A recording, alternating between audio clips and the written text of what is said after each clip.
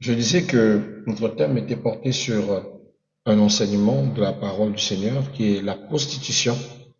On était en train de partager énormément sur ce sujet et ce thème nous a accompagnés jusqu'au matin parce que nous avons parlé non seulement de la prostitution hier, nous avons parlé de cette thématique en détaillant plusieurs points. On avait parlé des vérités bibliques tout autour de la prostitution. Nous avons parlé des différentes formes de prostitution que la Bible démontre, et nous avons parlé aussi de la modernisation de la prostitution, des choses qui sont devenues assez courantes, où nous voyons certains se trouver assez dignes et fiers de dire que non, ils ne font pas ci, mais en fait, ils ont juste naturalisé la prostitution. On avait cité plein de types de formes de modernisme. Nous avons parlé des escortings de luxe. Nous avons parlé de la pornographie numérique. On a parlé des sugar daddy, des mommy, de sugar mommy. Nous avons parlé de relations transactionnelles déguisées, parce que oui, nous avons certaines personnes qui vivent dans des relations pour obtention d'argent. Ils rentrent dans une relation, ils multiplient même des quêtes de relations, tout simplement parce qu'elle veut un certain confort. Elle est avec un homme, pas par sa beauté, pas pour son amour, pas du fait que l'amour est la base légale de cette relation, non. Elle est avec un homme tout simplement parce que cet homme a de l'argent. Et à chaque fois que cet homme vient lui voir, elle démontre toujours ce désaccord qu'il y a en elle si ce dernier ne lui donne pas de l'argent. Tu es venu, tu m'as rien donné. Tu es venu, tu m'as rien donné. Preuve selon laquelle, bien aimé, il s'agit bien d'une transaction qui s'effectue. Alléluia. Donc il s'agit bien de prostitution. Et beaucoup aujourd'hui s'estiment avoir une typologie d'homme. Et la typologie est liée à une certaine qualification qui est liée aux besoins. Et certaines personnes pensent que à chaque fois qu'il a un contact physique avec vous, avec une personne, c'est que ceci doit être moyennant quelque chose. Nous voyons ces choses, nous voyons même dans les mariages. J'ai reçu un couple, même plusieurs couples dans ce même cas, où la femme dit que monsieur ne lui donne pas de l'argent après avoir conçu ou fait des rapports sexuels. En quoi les rapports sexuels sont conditionnés par un gain. Si c'est de la prostitution, de la plus pure des espèces. Mais pourtant, il y a d'autres qui ont normalisé cela. Tu entends une personne qui te dit comment tu peux coucher un homme qui ne te donne rien. Et pourtant, vous trouvez ça normal hein, quand on dit ça. Comment tu peux coucher avec un homme qui ne te donne rien? Tu es sérieuse? Est-ce que vous êtes vraiment sérieuse? Comment tu peux coucher avec un homme qui ne te donne rien? C'est de la prostitution. C'est de la modernité de la prostitution. Il y a des gens qui sont en couple, mais qui sont en couple pour de l'argent. Pas par amour.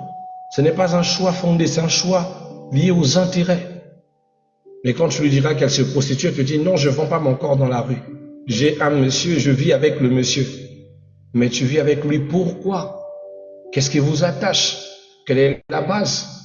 Le jour où cette personne n'aura plus d'argent, bien vous allez le quitter parce que c'est d'abord sa condition financière qui vous attache et non l'amour. Donc oui, madame, vous avez normalisé cette prostitution moderne qui concourt à vivre au crochet et aux dépens du subside de votre partenaire, pas parce que vous l'aimez, mais parce que vous avez besoin de ses sous, de son argent. Et c'est malheureux. C'est très très malheureux. Malheureusement, beaucoup de personnes vivent dans cette spirale, dans cette prison. Donc, la Bible dit dans Ésaïe 3, verset 9, il dit « Ce qui était honteux est proclamé ouvertement ». Donc, la modernisation cherche à retirer la notion du péché pour remplacer le choix personnel sans repentance. On avait aussi parlé de la normalisation de la prostitution. On a vraiment détaillé ce que concernait la normalisation de la prostitution, dans le sens où beaucoup de personnes ont commencé à rendre cela normal. Ce n'est plus un tabou, ce n'est plus interdit. Ça se fait. On avait parlé ce matin des séries, des musiques et des publicités qui parlent, qui montrent le sexe, qui montrent la vente du sexe. Restez tout simplement sur, je prends un exemple d'une chaîne très populaire que vous connaissez, RTL 9. Mettez-vous sur RTL 9 à une certaine heure, dès qu'il est déjà 22 heures, les publicités vous montrent des femmes exotiques. Vous voulez passer un moment torride, je sais pas quoi, composer le temps. Vous voulez passer un moment intime avec une composée, vous voyez une femme en sous-vêtements et vous dit composez un tel numéro si vous voulez entrer en contact avec la personne. Donc vous comprenez par là que les choses deviennent normales, ça passe à la télé, c'est vendu, c'est voilà, c'est légal. Maintenant, les gens trouvent normal de se prostituer et c'est pas du tout normal. C'est pas normal. Nous avons la normalisation de la prostitution dans la sexualisation précoce, où nous voyons nos enfants qui commencent à vivre la sexualité un peu tôt avant l'âge. Ils l'apprennent tôt par quoi? La télévision, par vous les parents qui manquent de discrétion. Nous on a grandi, on savait même pas que nos parents faisaient des rapports sexuels. Pour certains garçons, pour certains enfants des années 60, des années 70, d'autres ont toujours pensé peut-être que le père et la mère ont toujours été des bons camarades. Sincèrement, je n'ai jamais vu mon père et ma mère faire des rapports sexuels. Ça ne se sait pas quand ça se fait, ça se faisait. Mais pourtant, j'ai passé un moment de mon enfance où je dormais avec eux sur le même lit. Ça veut dire que la discrétion des parents faisait que les enfants grandissaient d'un esprit sain. Mais aujourd'hui, vos enfants connaissent ce que vous faites, ils savent ce que vous faites, vous n'avez aucune pudeur, aucun respect devant vos enfants. Vous faites des choses déplacées, vous attendez que celles-ci aillent apprendre ailleurs, ils apprennent d'abord de vous. Et c'est comme ça qu'ils sexualisent précocement et après finissent par subir les influences de cette prostitution qui commence à bas âge. Aujourd'hui, nous avons l'impudicité qui est devenue une norme. Et c'est ça qui est malheureux.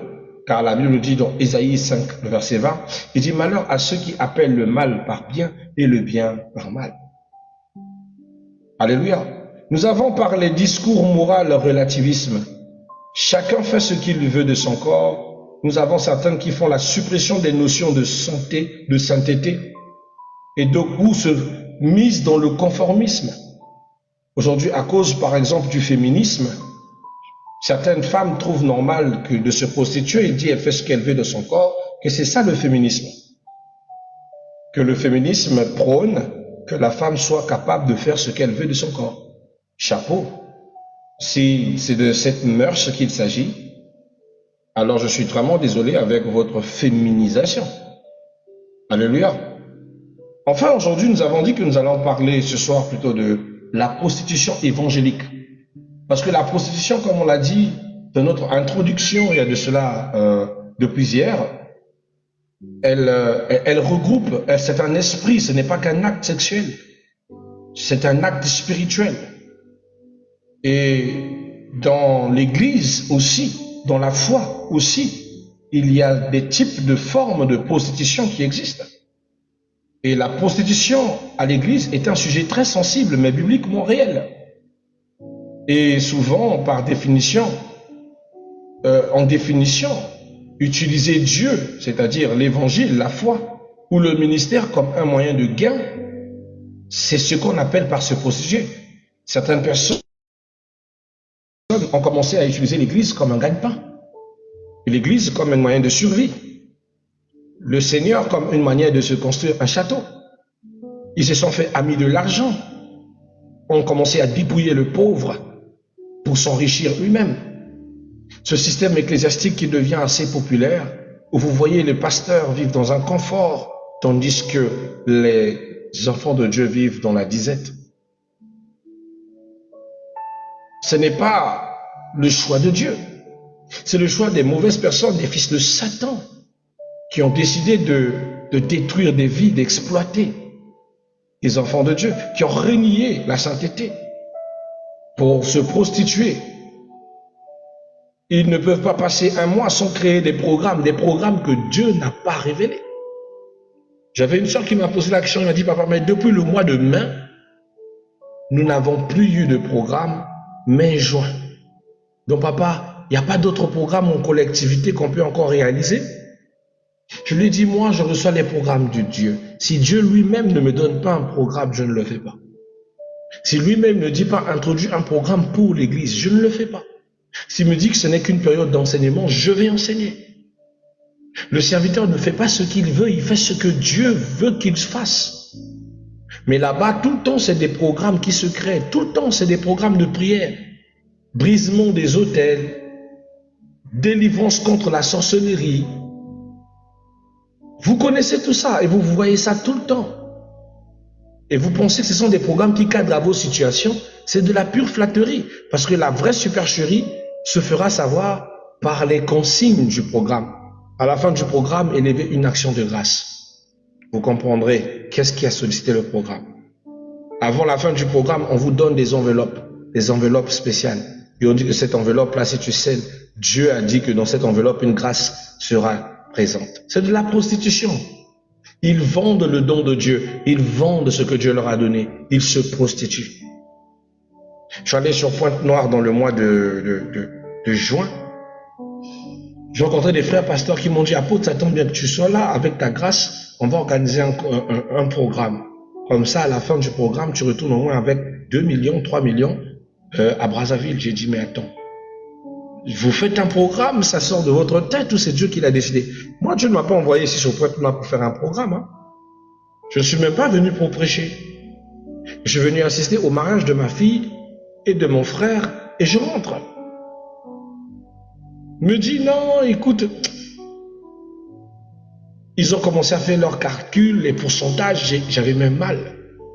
J'ai dit sincèrement, si vous me connaissez bien, je sais que je ne participerai pas à votre bêtise. Il dit, oui, toi tu es toujours comme ça.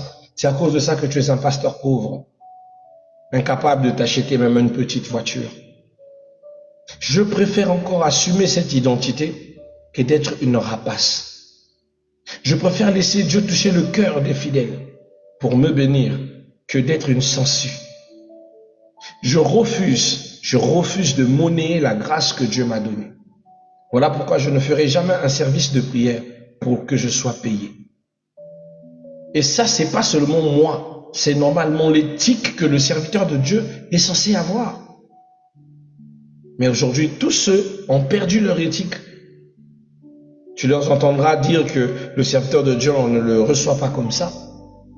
Le serviteur de Dieu ne peut pas venir dans ta maison sans que tu sois préparé. Il faut avoir quelque chose pour le recevoir. Mais la Vierge de Sarepta n'avait rien pour le recevoir. Elle avait juste le peu qu'elle avait pour elle et son enfant.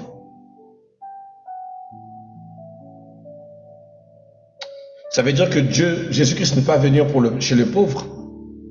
La maison du pauvre n'a pas le droit d'être visitée. Malheureusement, c'est à cause de ce genre d'évangile qu'aujourd'hui, nous les pasteurs, nous sommes pris de haut, injuriés, à cause de ces fils de Satan qui ont sali la beauté de l'évangile. Amen. Alors, comment se manifeste la prostitution de évangélique? Elle se manifeste par le fait de prêcher pour l'argent. J'ai déjà connu un frère qui m'a dit, avant de prêcher chez toi, dis-moi je gagne combien? Quel est mon cachet? Je devais aller sur Kinshasa pour aller prêcher. Le pasteur m'appelle, me dit, apôtre, quel est ton cachet? J'ai dit, le cachet de quoi? Il me dit, mais le cachet de ta prédication, tu dois venir prêcher, quel est ton cachet? J'ai dit, s'il te plaît, retire-moi ces bêtises-là loin de moi. Tu as besoin des services du serviteur de Dieu pour y aller servir. Ou tu as besoin d'un artiste qui va aller faire un travail donné. Je dis, oui, mais l'ouvrier mérite. Je dis, laisse-moi ces bêtises. Moi, ce que je veux, c'est je viens, je fais mon service. Si Dieu a touché des cœurs pour me bénir, je dis Amen. Si on n'a pas, je rentre chez moi. Mais malheureusement, bien aimés, ce sont des choses réelles. Il y a des pasteurs que vous connaissez, que vous voyez dans les réseaux sociaux, que certaines églises petites ne peuvent pas les inviter parce qu'ils n'ont pas le moyen de les recevoir. Je vous dis, nous avons organisé un programme de prière ensemble, moi et le pasteur Ézéchiel, l'évêque Ézéchiel Oukani. Il y avait plusieurs serviteurs et j'étais dans le comité d'organisation. On devait recevoir un grand serviteur de Dieu depuis Kinshasa. Le serviteur de Dieu a exigé que lui ne dort pas dans les petits hôtels.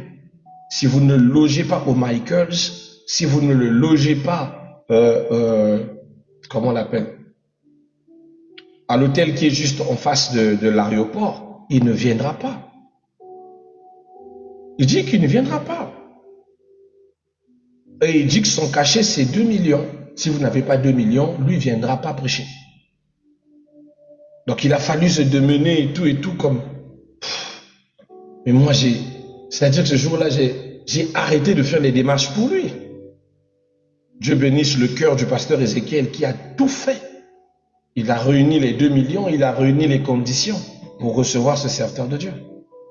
Mais quand il est arrivé à Brazzaville, il est encore venu vendre des livres. Il est arrivé avec une petite brochure comme ça. Et avec cette brochure, il disait, il lève la brochure comme ça. Hein? C'est pas la même brochure. Hein?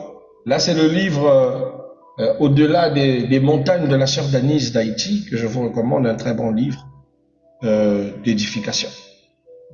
Donc, il lève la brochure, il dit, cette brochure n'a pas de prix. Il dit, cette brochure n'a pas de prix. Combien estimez-vous la valeur de cette brochure? Alors tu vois quelqu'un qui se lève, qui dit, il l'estime à 100 000. Lui, il dit, c'est pas mal, mais pensez-vous que la brochure là ne vaut que 100 000? C'est là où vous voyez un pasteur audacieux qui lève la main et qui dit, elle vaut 1 million de francs CFA et j'ai 1 million, je veux l'acheter. La brochure à 1 million de francs CFA.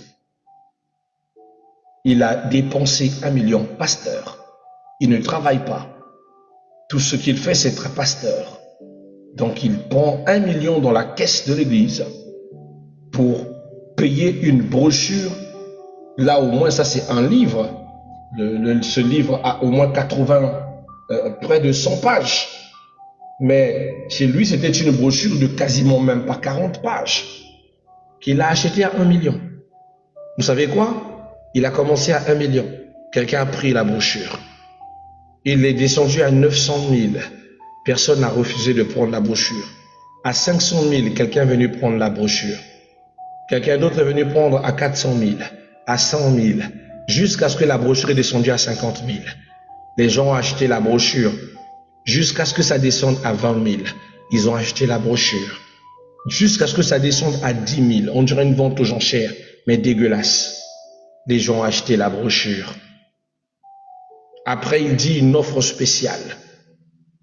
Ça, c'est pour celui qui n'a pas assez d'argent. Il offre ça à celui qui n'a pas assez d'argent. S'il est capable de venir avec 5 000, il prend cette brochure. Et mais là où j'étais brisé dans mon âme et dans mon esprit. Mais les serviteurs étaient contents. Après, il a fait des démonstrations d'onction, de catcheurs, où les gens tombaient comme des sacs de pommes. J'ai quitté ce séminaire malheureux. Très malheureux. Mais cependant, quand tu demanderas à quelqu'un d'autre, ils te diront qu'ils ont rencontré Dieu, qu'ils ont vécu de grandes choses, tandis qu'ils ont été dépouillés. Moi, je pense que celui qui a acheté la brochure à 1 million, s'il a vu le dernier qui a acheté la brochure à 5 000, il aura honte. Mais ça ne s'est pas arrêté là, mes bien-aimés. Le dernier jour du programme, il a vendu la brochure jusqu'à 500 francs CFA devant la porte de l'église pendant qu'il était en train de monter dans son véhicule pour aller à son hôtel. Imagine, tu as acheté la brochure à 1 million, mais il y a quelqu'un qui l'a acheté à 500 francs CFA. Moi, je viendrai avec la brochure de 500 francs CFA te dire, Shalom, l'homme de Dieu qui a acheté la brochure à 1 million. Je l'ai eu qu'à 500. Tu auras honte, hein? Ou tu vas te sentir stupide. Dieu ne dort pas. Un jour, je vais visiter ce pasteur qui a acheté la brochure à 1 million et je vois la brochure tout au fond là-bas de son bureau. Ça ne lui sert même pas à quoi que ce soit. Et je le taquine un peu. Je dis, ah, ça c'est la fameuse brochure que tu as achetée à 1 million. Tu l'entends dire, dit, tu sais vraiment, 2 fois moi-même, je sais même pas quel esprit nous anime. Je dis la prostitution. La prostitution, c'est la seule chose que tu penses acheter qui a de la valeur mais qui ne l'a pas. Quand tu prends une prostituée, tu penses que tu peux tout faire avec lui, c'est faux. La prostituée te donne ses tarifs, te donne sa position, qu'elle va te donner. Si tu veux une position spéciale, tu dois augmenter le prix. Ça veut dire que tout ce que tu veux dépendra de ton argent. Et plus tu dépenses cher, plus tu as ce que tu veux. Mais cependant, tu ne peux pas l'utiliser comme tu le veux. Ça veut dire que parce que ce n'est pas ta femme, elle restera toujours limitée. Le plaisir qu'elle te donnera restera toujours limité. Même si tu l'as acheté à 1 million, sache que le plaisir qu'elle te procurera sera toujours limité. Et ce que nous, les hommes, on n'a pas compris. Or, le don gratuit de Dieu ne se paye pas. Ça ne se paye pas, ça ne se paye pas. Les gens viennent prêcher pour l'argent. D'autres prophétisent pour plaire. C'est de la prostitution. Dieu n'a rien dit. Mais parce qu'il veut plaire à tout le monde, il se lève une main, il dit au pianiste, vous voyez ça, vous voyez ça. Il dit au pianiste, mets la musique, mets la mélodie qui fait mal. Mets la mélodie qui sonne fort. Mets la mélodie qui bouscule l'âme. Mais la mélodie, il parle. Et tu vois un autre qui te dit, touche le la mineur. Mais je te touche le la mineur, ça signifie quoi? Et là, on met le la mineur. Il se met à parler la langue sans que l'esprit ne lui pousse à parler en langue. Et vous tous, vous le regardez comme un rentemplant. Il est en train de commencer à préparer un show, un one-man show, où il va se mettre à vouloir prouver, à prophétiser pour plaire. Et c'est lui qui commence une prophétie péruvienne. Dieu est en train de bénir tout le monde. Pendant que je suis en train de voir, je vois le conseil céleste, le ciel ouvert. Et la main de Dieu est en train de prendre des lumières qu'il est en train de déposer sur chacun. Je dis à quelqu'un, tu ne sortiras pas la même personne. Et toi, tu crois que c'est vrai. Malheureusement, il est dans la plaisance. Il est dans la plaisance, il ne touche rien de concret. Il va patauger jusque-là après. Il va commencer à jouer avec les informations qu'il sait des principaux frères et sœurs qui sont dans l'église. Et tu vas te dire que c'est un vrai prophète. C'est faux. Malheureusement, vous aimez ce genre de choses. Et tu verras quelqu'un qui se lève, il se dit, papa, localise-moi, daddy. Daddy, localise-moi. Oh, daddy, localise ma vie. Daddy, mon offrande est là. Et tu vois quelqu'un qui lève une offrande. Il dit, daddy, localise-moi. Et on l'appelle, on dit, viens, viens. L'Éternel a écouté ton cri. L'Éternel a écouté ton cri. Après, tu écoutes le prophète dire, le royaume des cieux appartient aux violents. Voilà comment la sœur a décidé de pouvoir arracher brutalement sa prophétie. Et c'est lui qui l'appelle après, il dit, ma sœur, tu es combattue. Qui vient à l'église qui n'est pas combattu? Ma sœur, Dieu me montre qu'il y a beaucoup de batailles dans ta famille, surtout ta partie de famille paternelle. Les paternels t'ont fait quoi, champion? Et aussi de ton côté maternel. Mais dis seulement des combats de famille, on va comprendre, arrête de nous embêter. Et tu as aussi des problèmes sentimentaux. Ah! Champion, touche-nous le vrai problème du droit. Il va commencer à palper tous les domaines de ta vie. Et toi, comme tu es ignorante et parce que tu crains Dieu et l'atmosphère spirituelle, tu vas te dire, Amen, papa. Oh, Daddy libère, Daddy parle. Et lui continue à se trémousser comme une tortue pour pouvoir mieux te mettre dans une complaisance assez fallacieuse. À la fin, ce n'est même pas pour te donner une consigne pour ta délivrance. Ce n'est même pas pour t'orienter. Ce n'est même pas pour te dire ce que Dieu a dit.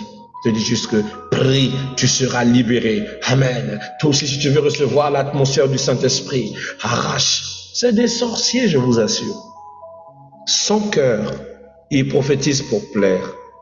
Vous avez une autre forme de guérison, de prostitution à l'église, les guérisons monnaiantes. Ma fille, depuis Pointe-Noire, que Dieu la bénisse, m'appelle plutôt, me dit, papa, est-ce que c'est possible, il y a ma soeur qui arrive sur Brazzaville, que tu le reçoives? J'ai dit oui. Papa, ici, je l'ai emmené chez nous à l'église. Le pasteur a dit qu'il ne peut pas le toucher. Pour la toucher, il faut au moins avoir moyennant 35 000 pour son traitement. Pour toucher quelqu'un qui est malade, pour prier pour quelqu'un qui a besoin de grâce, il dit il faut 31 000. Vous savez, là où j'étais, j'ai eu mal dans mon cœur. Quand on m'entend prêcher comme ça, mes frères dans la foi, surtout les frères septembre, me disent, voilà la raison de ta pauvreté. C'est parce que tu acceptes de faire les choses gratuites que tu ne te développes pas, que tu n'as pas une grande église, et pourtant tu es très béni. Mon frère, si l'église, c'est un bâtiment que tu construis par toi-même, si l'église, ce sont le nombre de chaises que tu payes, si l'église, c'est les lustres et les luxes que tu mets, alors je ne veux pas de cette église. Parce que quand le Christ parle de l'église, il ne parle pas de l'édifice bâti par la main des hommes. Il parle du corps qui est le temple du Christ, le temple du Dieu vivant. Le don gratuit de Dieu ne se paye pas. Pourquoi tu veux que je vende mes grâces? Pourquoi monnayer le don de guérison? Même le docteur, on lui demande de faire preuve du serment d'Hippocrate, de sauver des vies, de ne pas regarder l'argent.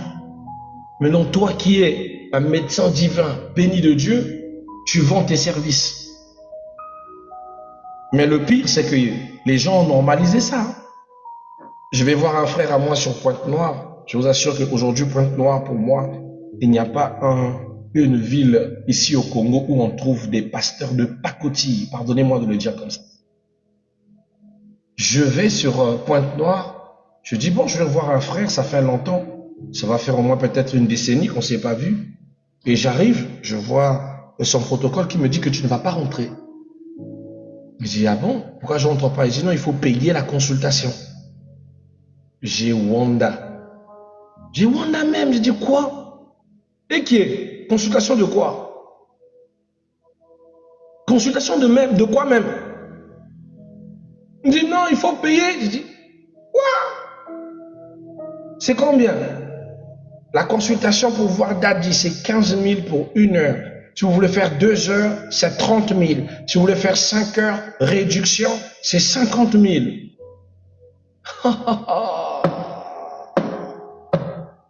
Il dit, Seigneur, il dit, nous faisons ça pour aider Daddy. Daddy doit avoir au moins quelque chose. Les serviteurs de Dieu souffrent. On ne prend pas suffisamment soin du serviteur de Dieu. Voilà pourquoi maintenant, les consultations sont payantes.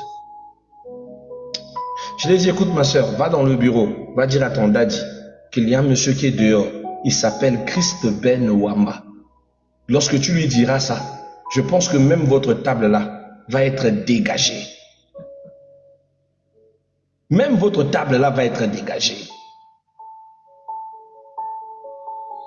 Vous savez, oh là là, la sœur Urela qui nous dit, Shalom, pour être touché, j'ai eu à payer. Pour être touché, elle a payé 50 000 francs. Oh Seigneur, quelle douleur. Vous voyez, ce n'est pas des choses que nous sommes en train d'inventer. C'est ça qu'on appelle par la prostitution évangélique.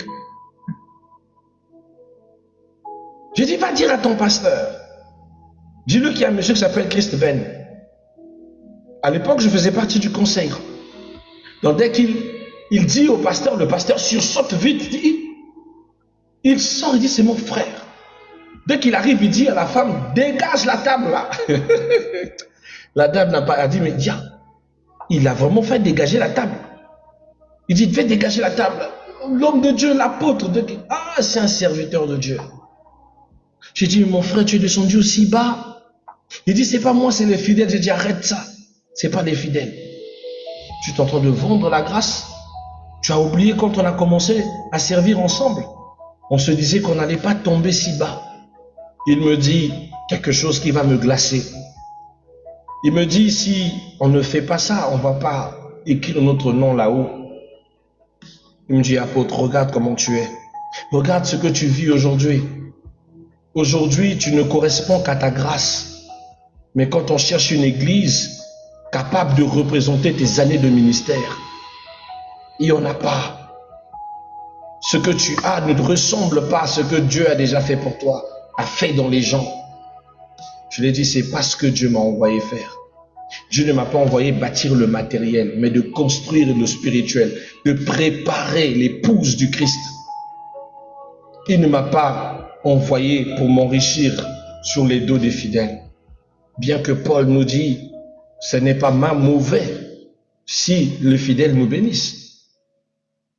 Mais je préfère encore recevoir une bénédiction d'un frère parce qu'il a voulu dans son cœur, il me dit, apôtre, voici ma dîme, voici mon offrande, voici mon action de grâce, touché par l'Esprit, que de vendre le don que Dieu m'a donné. Il me dit, voilà pourquoi tu es pauvre. J'ai dit, gloire à Dieu. Et je suis sorti de son bureau, très déçu. Je dis bien très déçu. Mais ils sont beaucoup comme ça. J'étais choqué d'une sœur qui est avec nous. Que Dieu la bénisse.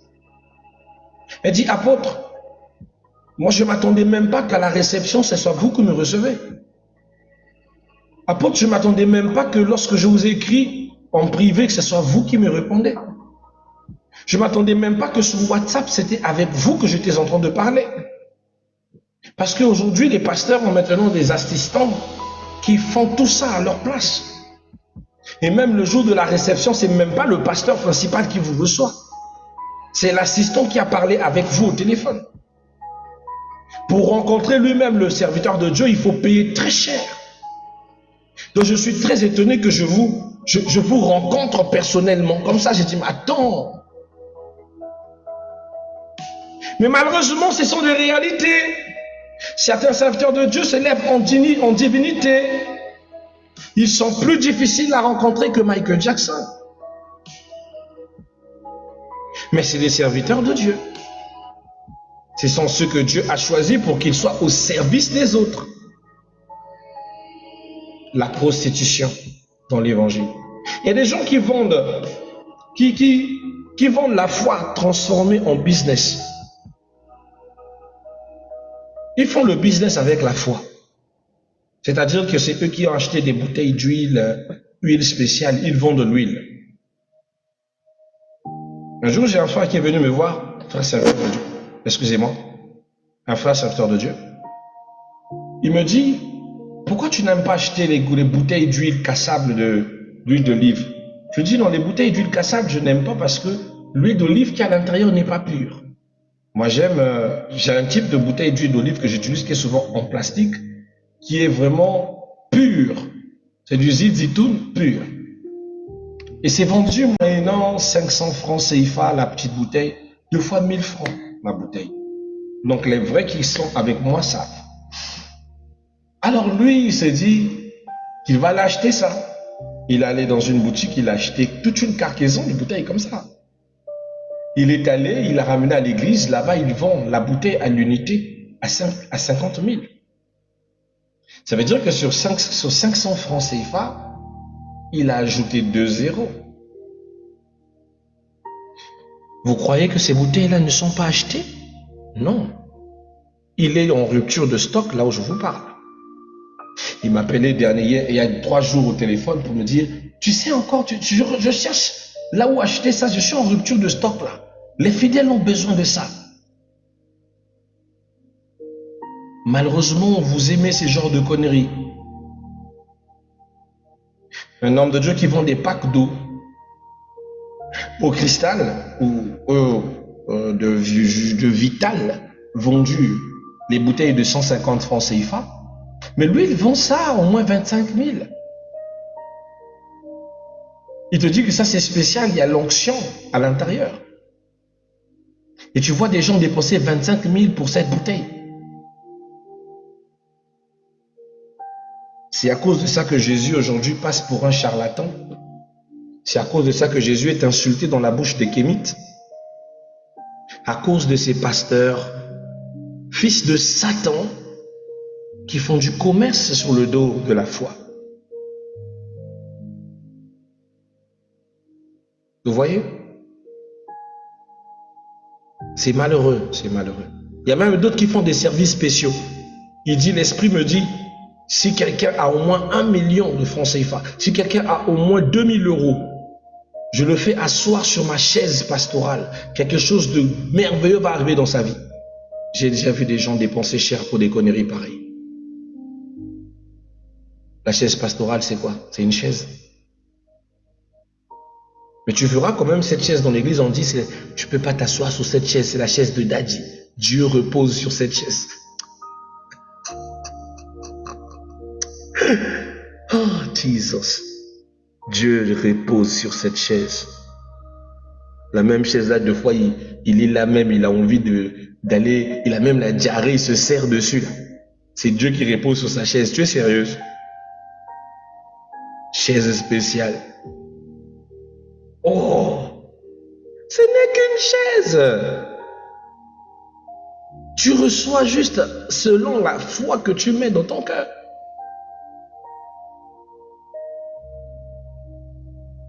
J'ai déjà vu quelqu'un, je suis allé prêcher quelque part, je me suis levé, la sœur est allée poser sa tête là où je m'étais assise, à frotter son visage où je cultive la grâce et l'onction du serviteur de Dieu. J'ai dit, mais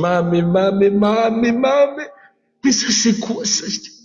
Mais retirer la chaise là, oh, mais vraiment, attends vous-même. Tu ne sais même pas si j'ai lâché des gaz dessus. Avant de prêcher, nous on stresse. Vous savez le stress, ce que ça fait. Mais arrêtez vos conneries. Oh. On m'a volé un mouchoir. On m'a volé un mouchoir. Je suis allé prêcher quelque part. Comme je n'aime pas utiliser les mouchoirs à jeter qu'on met pour les pasteurs là, parce que les gens utilisent ça. Les gens volent les mouchoirs à jeter avec la sueur des pasteurs pour aller vendre ou aller utiliser ça. Je ne sais pas comment ça s'est rentré dans la tête des chrétiens qui font ce genre d'annerie. Je vous dis, s'il y a un pasteur sur ce live, il vous confirmera ça en commentaire. Les pochettes à jeter que tu vois là. Donc si tu n'as personne pour rassembler ça à la fin, il y a quelqu'un qui va prendre, il va aller vendre. Sur cette pochette à jeter, il y a la transpiration de l'apôtre Chris Nwamba. Les miracles vont s'accomplir sur sa transpiration. Il va aller commercialiser ça. C'est comme ça que j'ai pris culture d'avoir mon mouchoir. Vous verrez souvent, je prêche. Ici, j'ai mon mouchoir. Là, je ne sais même pas, mon épouse a dû prendre ça pour aller laver. Je suis mon visage avec, après je donne à mon épouse, elle lave. Mais ce jour-là, quelqu'un a volé mon mouchoir. J'ai dit, Seigneur, mais qui m'a volé mon mouchoir? J'ai dit, rattrape vite la personne. Et il veut aller travailler avec ça. J'ai dit, Seigneur, aide-moi à retrouver. Et je dis à mon fils, le pasteur Jude, je dis, cours vite, tu vois la dame qui est devant là-bas, va ravir mon mouchoir. Ce qui est blanc que tu vois entre ses mains, en train de courir vite là-bas, c'est mon mouchoir, rattrape ça. Et quand le pasteur Jude va vers la dame, il dit, oh, mais laisse-moi, j'ai déjà pris ça. L'Esprit de Dieu m'a dit de prendre ça, il y a le miracle à l'intérieur. Le pasteur Jude a failli se fâcher même avec elle, ravit ça. Et s'est fâché, il dit, vous êtes méchants, et tout, et tout. Mon mouchoir. Mais c'est pas de sa faute. Elle est allée dans une église, on a mis ça dans sa tête. Elle a commencé à vivre ces genres de conneries qui sont devenues une forme d'idolâtrie. C'est malheureux. Vraiment, excusez-moi de prendre des exemples, parce qu'on ne peut pas parler de ces choses si tu ne comprendras pas, si tu ne sais pas ce que c'est que la forme de ces prostitutions qui se trouvent dans l'église. Alléluia. Le livre de la Bible dit dans 2 Pierre chapitre 2 verset 3, il dit, ils exploitent avec des paroles trompeuses. Ils exploitent avec des paroles trompeuses. Ici, le sacré est vendu. C'est une prostitution spirituelle. Enfin, touchons le dernier point de notre séance. L'avant-dernier point. Hein. Bon sang. Il est combien? Il est 34. L'heure la vers vite. Hein. Mais on va quand même toucher ce point. Notre dernier point, c'est le polythéisme prostitutionnel. Le polythéisme prostitutionnel. C'est quoi le polythéisme? Déjà, nous avons le mot poly qui est plusieurs. Le mot théisme qui est Dieu en grec, qui vient du théos grec, c'est-à-dire plusieurs dieux. Le polythéisme prostitutionnel, c'est-à-dire c'est des personnes qui multiplient la diversité de croyances diététiques ou encore les croyances en Dieu. Donc, aller vers Dieu tout en fréquentant d'autres hôtels, d'autres puissances et d'autres sécurités. Et on voit ça dans les églises. Moi, je connais des pasteurs, surtout sur Pointe-Noire. Pardonnez-moi les Ponténégrins, mais vraiment, j'ai trop d'exemples sur vous. Je suis allé sur Pointe-Noire, un pasteur me dit, de temps en temps, je vais à la côte sauvage pour me connecter à l'énergie de la mer. Pour faire un bon séminaire, lui, il se connecte à l'énergie de la mer. Après, il va faire un séminaire bourré d'onction. Frère, c'est pas l'onction, c'est l'énergie de la mer que tu allais prêter pour aller faire les prises de catch.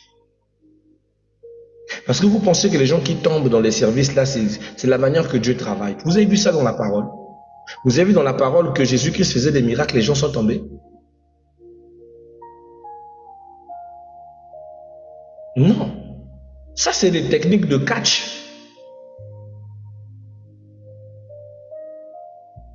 Ah, des fois, quand quelqu'un ne tombe pas, on met un peu la pression, après on tacle. C'est quoi? Allez, bientôt, tu verras quelqu'un qui viendra dans les commentaires, c'est parce que toi, tu ne sais pas faire ça. Maman, si tu savais, je suis passé par ces conneries-là. J'ai pris conscience que ces conneries ne sont pas importantes. Lorsque je me suis mis à m'y poser moi-même des questions, Seigneur, ça c'est quelle chose? Je viens d'être impacté par un père dans la foi. Je prie pour les gens, ils tombent, mais leur vie ne change jamais. Ils tombent, mais il n'y a pas de progression. Ils tombent, mais ils n'abandonnent pas le péché. Ils tombent, mais rien ne se fait de leur vie. J'ai dit, Seigneur, j'ai un moment, ça m'a dégoûté, je ne vais plus toucher les gens. Seigneur, ça sert à quoi de prier pour des gens qui ne changent pas? Je ne vois pas d'impact, je vois juste des onctions qui font tomber des gens. Je cherche les mêmes esprits sur les mêmes personnes chaque jour. Ça m'a révolté. J'ai refusé. Jusqu'à ce que l'Esprit de Dieu me parle, me dit, est-ce que toi tu penses que moi, comme je chéris mes âmes, je veux de leur mal? J'ai dit non. As-tu vu dans la parole telle pratique que vous le faites? J'ai dit non, Seigneur. J'ai remué la Bible, je n'ai vu nulle part là où les gens sont tombés, soi-disant par la puissance de l'onction. Et que les gens sont restés le même. Mais j'ai vu la parole où il est écrit qu'il n'y avait aucun homme qui n'ait rencontré Jésus et n'est resté le même. Personne n'a regardé Dieu et n'est resté le même. La Bible dit, vaine est l'onction qui n'accomplit rien. J'ai dit, Seigneur, ah non, si tu m'as donné l'onction, alors je veux que cette onction serve à toucher les cœurs qui se repentent pour revenir à toi. Je veux que cette onction guérisse les malades sans même que je n'ai à imposer les mains. Je veux que cette onction transforme des personnes à aller vers toi et non de venir vers moi. Depuis lors, des témoignages positifs, des vies changées, des gens qui ont abandonné le péché, d'autres sont devenus des pasteurs, d'autres sont reconvertis. J'ai une vie de témoignages parce que j'ai compris que la vraie onction, ce n'est pas ça. Faire tomber des gens, après tu les filmes pour que tout le monde sache que tu es puissant. Tu es puissant en filmant la personne. C'est la même personne qu'on va retrouver dans l'église de frère Jaco, qu'on va encore filmer. Et cette sœur, tellement qu'elle va être populaire dans les réseaux sociaux, elle n'a même plus le courage d'aller dans les églises. Elle insulte l'église de réveil parce que vous l'avez exposée pendant sa délivrance. C'est pas dégueulasse ça? Tout simplement parce que tu allais ramasser des énergies quelque part. Je vous assure, parmi de beaux pasteurs, il y en a plein qui n'utilisent pas l'onction qui vient de Dieu. Ils utilisent des énergies de la nature. C'est des personnes qui lisent les astrologies. C'est des personnes qui utilisent les forces qui dépassent, pas Dieu, mais qui dépassent leur affermissement envers Dieu. D'accord? La Bible dit, dans Osée 4:12, il dit, mon peuple se prostitue en abandonnant l'Éternel. Dans la manifestation de ce type de pratique, nous avons certains qui associent Dieu et les fétiches, Jésus et les marabouts, prière plus pratique au culte. Moi, je suis déjà arrivé de voir un pasteur qui fait des pratiques occultes. Non seulement il fait des pentacles, c'est pas tout pentacle qui est mauvais, mais n'empêche qu'il y a certains pentacles qui sont des cercles sataniques et maçonniques. Il dresse le cercle, il met en forme de sel l'étoile de David et met la personne à l'intérieur. Il ne sait pas qu'il est en train de livrer l'âme de cette personne à Satan. Comme il ne connaît rien des pentacles et des cercles. Et vous aussi, vous acceptez ce genre de délivrance, entouré de bougies rouges, entouré de bougies blanches, bougies jaunes. Bien-aimé, ne connaît pas à demander. Faites attention au cercle. Je dis faites attention au cerclage. Un cercle est un portail spirituel. Un cercle, même s'il n'y a pas de motif, est un portail spirituel. Quand vous l'entourez de bougies, il devient un portail. Et dans le portail spirituel, il y a des esprits qui entrent, il y a des esprits qui sortent. Tu peux envoyer ton âme être captif dans le monde des esprits parce que tu n'es pas intelligent. Ne tombez pas dans le piège de ces aventuriers-là, je vous assure. Il y a des gens qui mélangent foi, argent comme refuge. La Bible dit dans Matthieu 6, verset 24, il dit, vous ne pouvez servir 2 maîtres à la fois. Vous ne pouvez pas servir Dieu et Mammon. Mais il y a des gens qui le font. Et vous l'écoutez, au lieu de dire au nom du Dieu d'Abraham, ils créent leur propre Dieu. Quelqu'un qui déclare au nom de Jésus, non, il dit, j'invoque le Dieu de Bambajira. C'est quoi Bambajira? Certaines personnes ne savaient pas. Un jour, j'ai dû décortiquer c'est qui Bambajira. Bambajira, c'est le Dieu de l'univers. C'est le nom utilisé dans les contes mythiques Yoruba pour pouvoir invoquer ce qu'on appelle le Dieu de l'univers qui n'est que Satan, qui n'est que Doro. Mais quand tu es ignorant, tu invoques n'importe quoi. Il y a même d'autres qui prient, disent, oh le Dieu de l'univers. Ton Dieu n'est pas le Dieu de l'univers. Ton Dieu a créé le Dieu de l'univers. Le Dieu que nous prions, le Dieu de la parole, c'est le maître de tout. C'est le Dieu de tout. Il est celui que certains appellent par le grand architecte.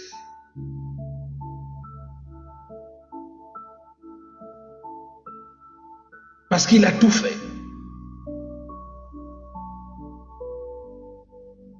Donc ne le minimisez pas l'univers. Il y a des sphères qui dépassent l'univers qui existent, que vous n'avez pas encore vues dans vos yeux. Donc ne tombez pas ça, ne tombez pas dans ces pièges. Évitez ces choses-là. Oh, invoque 3 fois le nom là. Crie le nom là et toi aussi tu commences à crier ce nom. Mais c'est un pasteur qui te fait crier des noms qui n'ont rien à voir avec Dieu. Qui n'ont rien à voir avec Dieu, c'est satanique. Mais c'est ça qu'on appelle la prostitution évangélique. Le polythéisme prostitutionnel des pasteurs qui ouvrent la porte aux fidèles d'aller vers d'autres dieux. Il vous dit qu'il y a des spiritualités plus puissantes que le nom de Jésus. Écoutez bien. Une spiritualité plus puissante que le nom de Jésus, c'est de la bêtise. Il n'existe aucune spiritualité plus puissante que le nom de Jésus. Ne tombez pas dans leur piège.